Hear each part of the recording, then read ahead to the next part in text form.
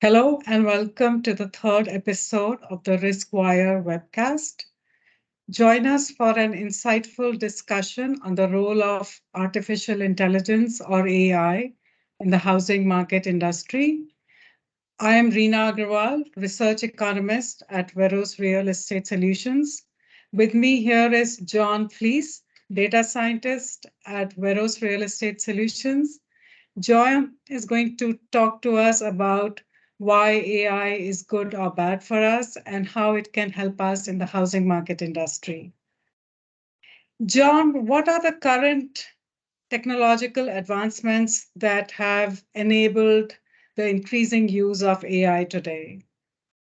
Yes, that is a great question. So AI isn't theoretically anything new, right? It's been around since the 1950s when the godfather of AI, John McCarthy, first coined the term artificial intelligence.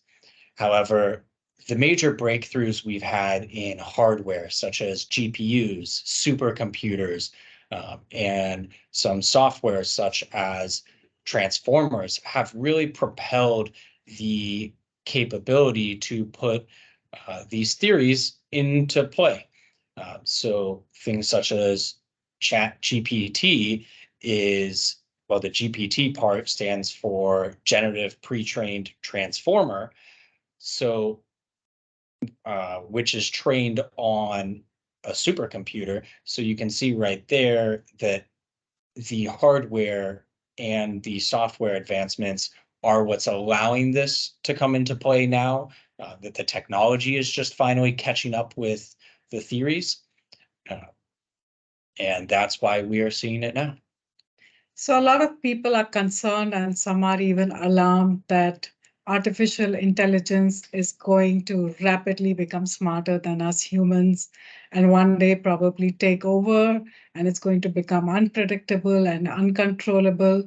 So, what do you think? Is artificial intelligence good or bad for us? Right. So, of course, AI is going to raise some eyebrows for people, and they just instantly think that you're going to have Arnold Schwarzenegger running at you trying to kill you, and that's just not the case in reality.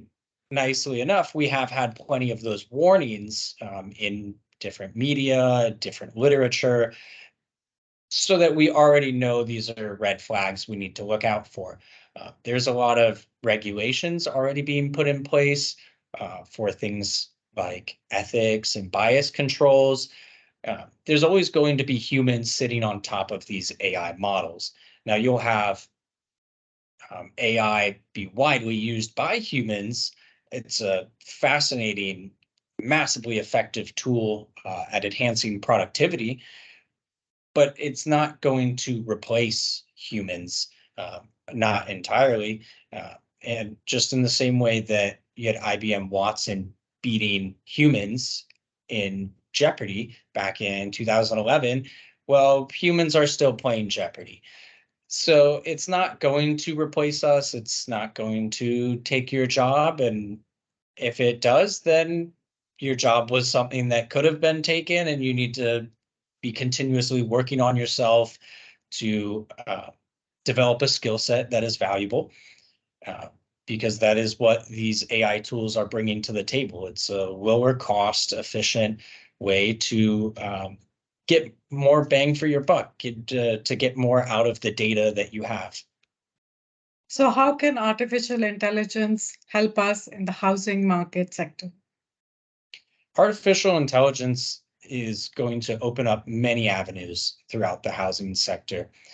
We can explore different avenues that we haven't explored before, such as elaborating on some of the work that you've done with bias detection. We can have models trained to detect bias, to even rewrite certain things that may have bias, anomaly detection.